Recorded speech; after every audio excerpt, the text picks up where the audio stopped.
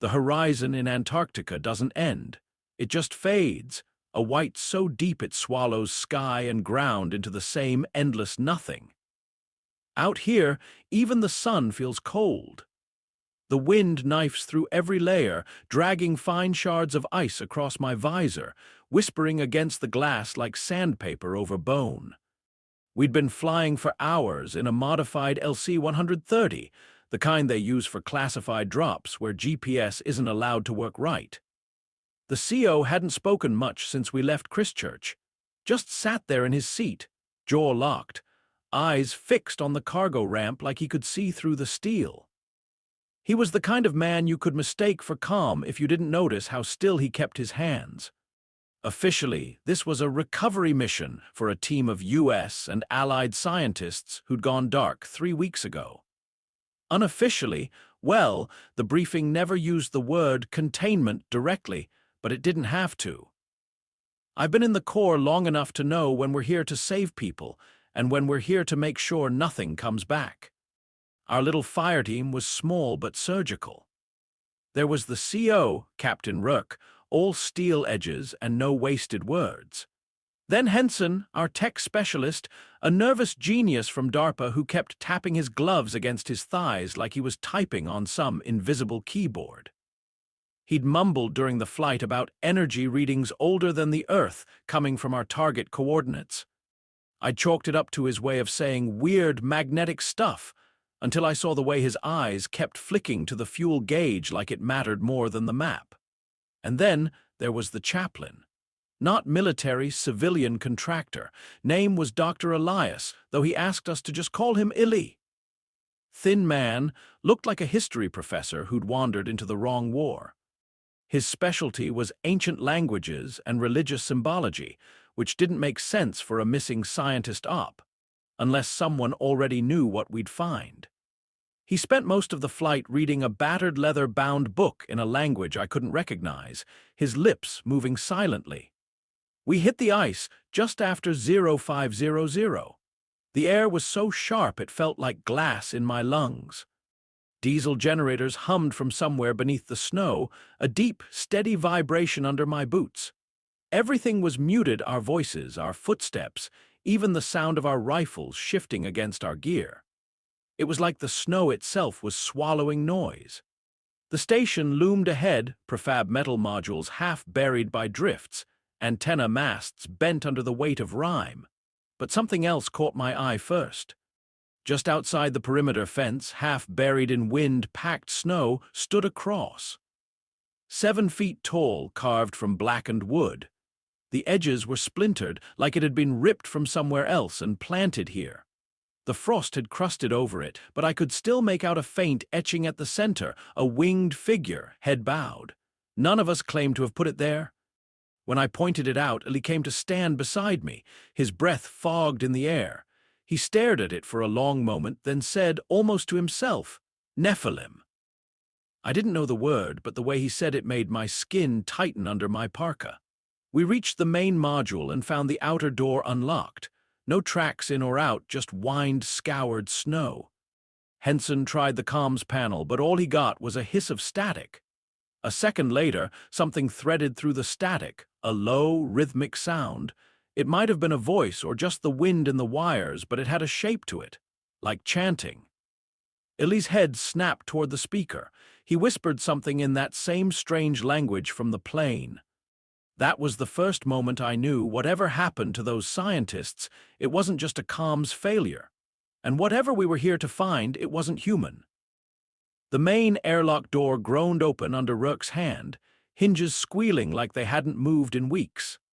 A stale rush of air hit us, not the chemical tang of a sealed facility, but something heavier, like dust trapped in a church attic for centuries.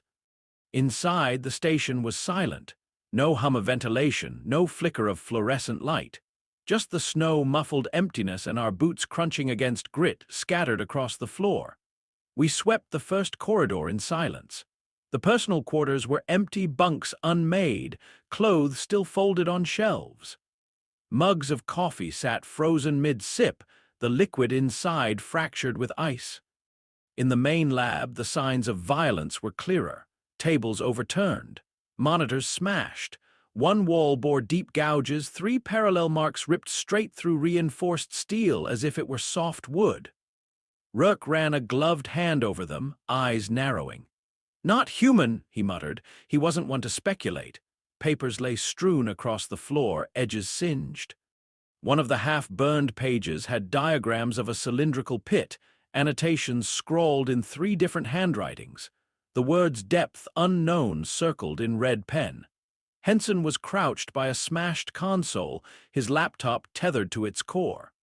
"Captain, the last data transmission wasn't weather reports. It was seismic." He tapped a key and a crude waveform appeared, a repeating tremor like a pulse. This is organic, and it's coming from directly beneath us." We followed the pulse. The hatch was in the storage bay, hidden under a grate and a pile of crates. When we cleared it, we found a narrow opening cut into the ice, big enough for a man to squeeze through with gear. The edges weren't machined smooth. They were rough, scalloped like chiseled by hand. We clipped in one by one and began the descent. The walls of the shaft shimmered faintly under our helmet lights. At first I thought it was just the ice reflecting, but as we went deeper, I saw the etchings, concentric circles overlapping like ripples in frozen water, lines of symbols spiraling downward. Ellie's voice crackled over comms. "Proto-Enochian," he breathed, as if he'd just seen something holy and terrible. Henson asked, "English, Doc?" "Language of the Watchers," Ellie replied, "older than anything that should be carved in this ice." About 40 feet down, the radios began picking up a low thump between our transmissions. Not interference, not static. A measured rhythm, too deliberate to be coincidence. "Heartbeats?" I asked. Henson didn't answer. He was staring at his readout like he wished it was broken. The deeper we went, the stranger the air felt. The temperature dropped, yet my breath steamed inside my helmet as though I'd just run a mile. My lungs worked harder, like the oxygen wasn't binding right. Sweat prickled under my armor despite the cold. Then we saw it, a shape in the ice wall 15 feet away. At first I thought it was just a frozen corpse, but the proportions were wrong, too long in the limbs, shoulders too broad for the narrow waist. Its arm was stretched forward, fingers curled mid-reach. Its head tilted slightly down, eyes closed. And along its back, half buried in frost, were ridges that resolved into feathers. Long, pale, crystalline feathers that glinted under our lights. We stood there too long. "I swear to God it just moved," Henson whispered. I turned my light back on it. The position was exactly the same, but my gut told me Henson was right. Something about its shadow had shifted, almost imperceptibly. Behind me, Corporal Dwyer's voice cut in, tight and panicked. "Sir, I'm not going further. We're breaking every rule of containment just standing here." Rourke started to answer, but Dwyer's helmet cam flickered, a split-second flash of static and then black. His comms went dead. We spun around. His line was still clipped to the rope, slack swaying gently, but Dwyer was gone. No sound, no trace. The heartbeat in our headsets grew louder. We descended the last 20 feet in silence, the rope creaking faintly in the cold. The heartbeat in our headsets had grown so steady it was almost like my own, except it wasn't. It was slower, heavier, older. The shaft ended in a sloping tunnel that seemed carved, not by tools, but by deliberate hands or claws. The ice walls gave way to something stranger, stone, dark and veined with metal that shimmered faintly under our lights. The air here was warmer, damp in a way that didn't belong anywhere near Antarctica. My visor fogged briefly before my suit systems cleared it. Then we saw it. A massive door stood at the tunnel's end, easily 20 feet high. It wasn't just stone. The edges were some alloy I couldn't place, dull black like scorched steel, fused seamlessly into the rock. The center bore an intricate relief, winged figures locked in combat with creatures that had molten eyes and serrated jaws. The detail was impossibly fine, feathers etched down to individual barbs, muscles tensed in motion, teeth wet with carved droplets. Ellie moved closer, running a gloved hand over one panel. His voice was reverent but shaking. "These aren't just angels. These are the host in the First War." His fingers stopped on a line of script curling along the doorframe, characters cut so deep they cast shadows even in our helmet lights. "What's it say?" I asked. He hesitated, then translated, bound until the last trumpet. Rook ordered us into position, forming a perimeter while Henson began scanning the structure. He didn't get far. A low, grinding sound rolled through the tunnel, deep enough to vibrate in my chest. The vault door shifted. We hadn't touched it. No one had. "Back off!" Rook barked, but the door was moving, splitting down the center with agonizing slowness. The sound it made wasn't just mechanical. Beneath the grind was a layer like whispers multiplied 1,000-fold, overlapping, speaking in languages I couldn't understand but somehow recognized in my bones. As the gap widened, a wave of heat rolled out, staggering me. It was the heat of a furnace, but wrong my breath still steamed, and a delicate layer of frost formed instantly over the barrels of our rifles. Inside, the chamber was lit by no source I could see, yet everything glowed faintly, walls pulsing with a rhythm that matched the heartbeat in our comms. We stepped in. The floor crunched underfoot, and I realized we were walking on a layer of brittle, blackened feathers. They didn't reflect light, they swallowed it. Even our beams seemed weaker when passing over them. On a stone plinth in the center lay relics, a broken spear tip, its metal fused into a length of pale bone. A severed hand, 6 fingers splayed, skin the color of old marble. Even as I stared, one finger twitched, just a small spasm, but enough to make my throat tighten. Eli murmured something I didn't catch. His face was pale, eyes fixed on the hand. That's when it started. In my ear a voice spoke, not over comms, inside my head. "You left me!" It was my brother's voice, dead these past 10 years. The same tone, the same inflection. From the way the others moved, I knew I wasn't the only one. Rook's jaw tightened as he muttered, "That's not possible." Henson looked up sharply, scanning the shadows as if expecting someone to step out. Corporal Vale, our skeptic, tore his helmet off entirely, eyes darting everywhere. "Captain, you hearing this? Someone's in here with us." The voice in my head changed. Now it was my old CO, the one who died in Iraq. "Secure the objective, no witnesses," Vale snapped. He swung his rifle toward a dark corner of the chamber and opened fire. The sound was deafening in the enclosed space. I shouted at him to hold fire, but he wasn't hearing me or anyone. Rounds sparked off the walls, and then one hit flesh. Henson jerked back with a choked cry, blood blooming in slow, dark arcs inside his suit before his knees buckled. He collapsed beside the plinth, laptop skidding across the stone floor. "Goddamn Vale!" I lunged toward Henson, but Rook's voice cut through. "Eyes on Vale!" Now! Vale was backing away, rifle dropping to his side, eyes wide. "It's right there," he whispered. "Don't you see it?" Then his body bent backward. Not like a man losing balance, like something was pulling him from behind, arching his spine far beyond what bones allow. I heard the wet pop of joints dislocating, the rapid staccato of snapping ribs. His helmet hit the ground. His mouth opened in a silent scream, and then he was gone. Not thrown, not dragged across the floor, just gone, pulled into the darkness beyond the vault in a blink, leaving only a smear of frost where he'd stood. The whispers stopped.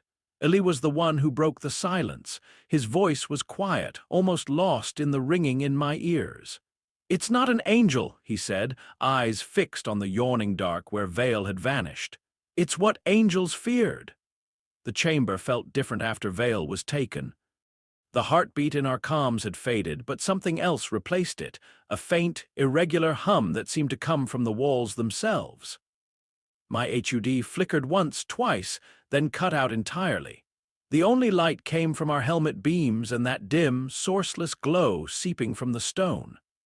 We turned back toward the tunnel to regroup, but the passage had changed. Where solid ice had lined the walls minutes ago, rivulets of water now streamed upward against gravity, vanishing into cracks above our heads.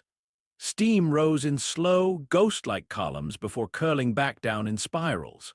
The temperature readout on my wrist still showed -38 degrees C. "GPS is gone," Henson croaked from where he lay propped against the plinth, pale but conscious. Compass, too. We're in a magnetic storm that shouldn't exist.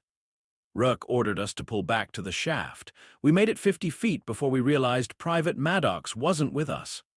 Rourke swore, sent me and Corporal Jansen to double back. We found him 2 hours later. No sign of struggle, he just appeared at the tunnel mouth, standing motionless. His parka was open despite the cold, his skin damp with condensation. When he spoke, the voice wasn't quite his. "I can lead you," he said in flawless, guttural syllables. Ellie stiffened beside me. "That's ancient Hebrew," the chaplain whispered. "He just said to the throne." Maddox's eyes were clear, but there was a depth to them, as if something was watching from far behind. Rourke told him to fall in. Maddox smiled faintly, the kind of smile you give a child who doesn't understand what's happening, and walked past us into the vault chamber. It was then the arguing began. Jansen muttered that we had no chance against whatever this was. Henson, still bleeding but stubbornly on his feet, said the data he'd pulled could rewrite human history if we made it out. Maddox claimed we weren't meant to leave. And when Rourke gave the order to prep demolition charges, half the team hesitated. Ellie finally broke his silence, his voice steady despite the tremor in his hands. "This place," he said, gesturing to the vault and the reliefs carved into it, "was a prison. In the First War, a faction of angels rebelled. The worst of them weren't destroyed, they were sealed in the deep places of the earth. One of them is here, a horseman, pestilence or perhaps conquest. What you've seen is only the edge of its power." As if in response, the air thickened. My breathing grew labored. Jansen swore and tore off his gloves. His skin was turning translucent, faint blue veins visible beneath, bones dimly outlined like X-rays. His shoulders twitched and bulged as if something inside was forcing its way out. "They're not deformities," Jansen gasped. "They're wings." The eyes that met mine weren't Jansen's anymore. They glowed with a molten gold, pupils gone. He looked blissful. "We're ascending," he whispered. "This is what we were meant to be." Rourke yanked him back, slamming him against the wall. "Get your gear. We seal this place now." We rigged the thermite charges at the vault mouth. The flames flared brilliantly for 2 seconds, then froze solid, a sculpture of black fire that crumbled into ash without heat. That's when the hum became a roar. The light came first. It wasn't blinding, not the way the sun blinds, but piercing, threading through my skull like it was searching for places to root. The glow swelled from inside the vault, carrying with it a wind that stank of ozone and something sweeter, like rotting lilies. A shape emerged. It was tall 9 feet, maybe more, armored in plates that seemed grown, not forged. The metal was etched with shifting script, like words rewriting themselves as I looked. A crown of burning eyes hovered above its head, each one swiveling independently, fixing on us. Its face was almost human, but the proportions were wrong, too symmetrical, too flawless, the skin faintly luminous. And then its voice was in me, not in my ears, in my mind. "Marine, do you serve the kingdom?" The question bypassed thought and went straight to the marrow. My knees almost buckled under the weight of it. Around me, half the team dropped to the ground, not in fear, but in worship. Their bodies shifted as I watched, scapulae splitting, skin opening to reveal skeletal frames of wings pressing outward. Golden light poured from their eyes and mouths like molten metal. The rest of us raised our rifles. I squeezed the trigger, but the rounds dissolved mid-air, turning to harmless dust before they reached the figure. It stepped closer. The burning eyes above its head rotated in a slow orbit, scanning us like a battlefield. Rourke's voice snapped me back. "We take it down from inside, that's the only way." Ellie nodded grimly. "Manual detonation. It won't kill it, but it'll bury it." We pulled Henson to his feet, half dragging him toward the shaft. Rourke stayed behind, planting himself between the figure and our retreat. He dropped his rifle, drew his combat knife, and faced it like a man who'd already accepted the ending.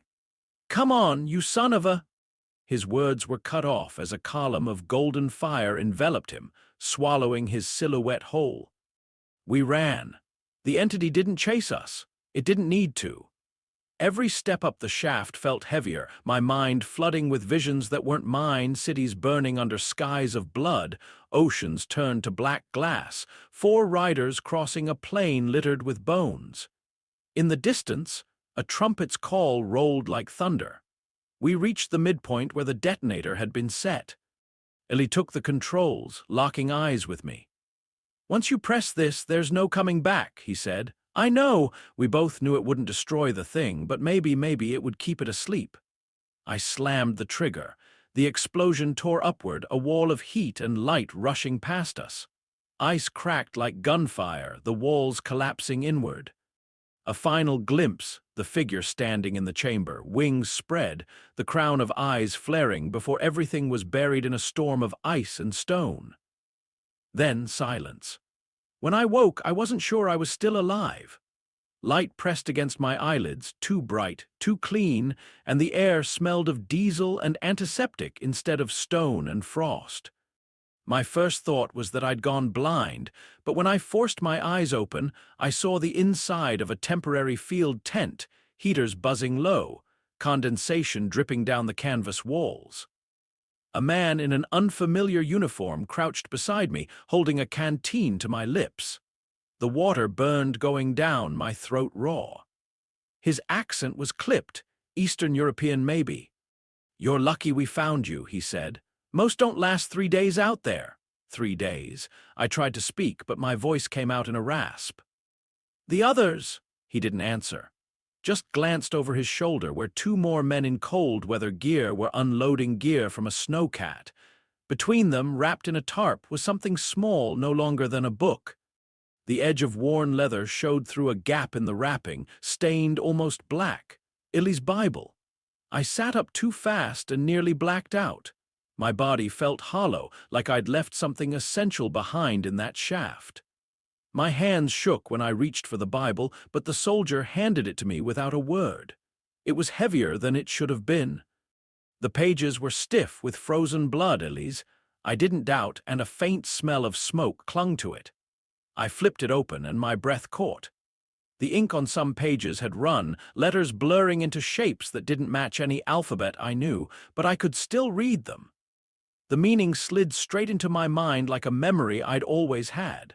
The soldiers kept their distance after that. They didn't ask questions. Maybe they already knew not to. When they flew me out, I kept my eyes closed against the sunlight streaming through the transport's small window. It hurt to look at, not just physically but somewhere deeper, as if the light itself was judging me. Even in silence, I could hear it, faint, steady like boots on stone. Marching.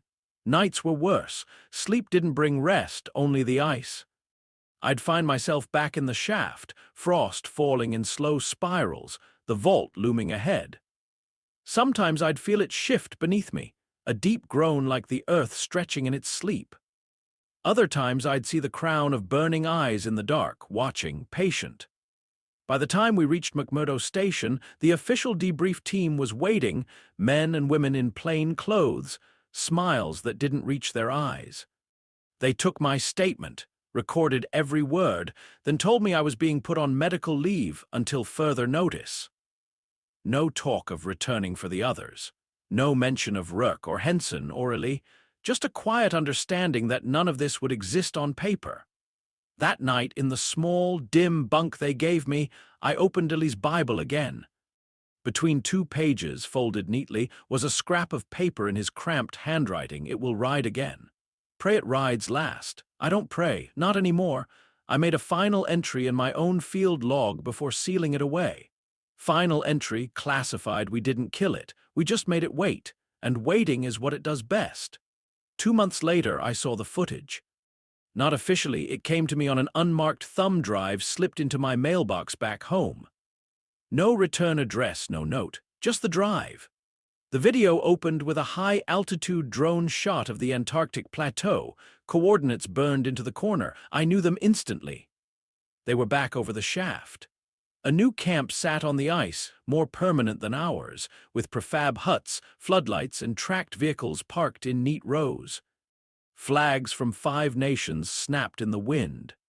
The overlay identified it as a joint mineral survey team. I almost laughed. The cover story hadn't even changed. The feed cut to a ground-level camera trundling across the ice on a drone chassis. It moved toward the shaft entrance, or where it had been. The demolition had sealed it under tons of fractured ice and stone, but the wind had scoured the top layer away, exposing blackened rock. That's when I saw it. At the center of the collapse, lying atop the ice, was a single feather. Nearly a foot long, gold so bright it seemed to burn against the snow. The drone's thermal sensor flicked on, the feather's outline glowed crimson. Warm. A gloved hand entered the frame, reaching down. The operator hesitated for only a second before picking it up. The instant their fingers closed around it, the audio spiked, a low, almost subsonic hum like the one I'd heard in the chamber. The feed cut out there. The screen went black for 3 seconds. Then a single line of text appeared in stark white, and beneath the ice it still watches.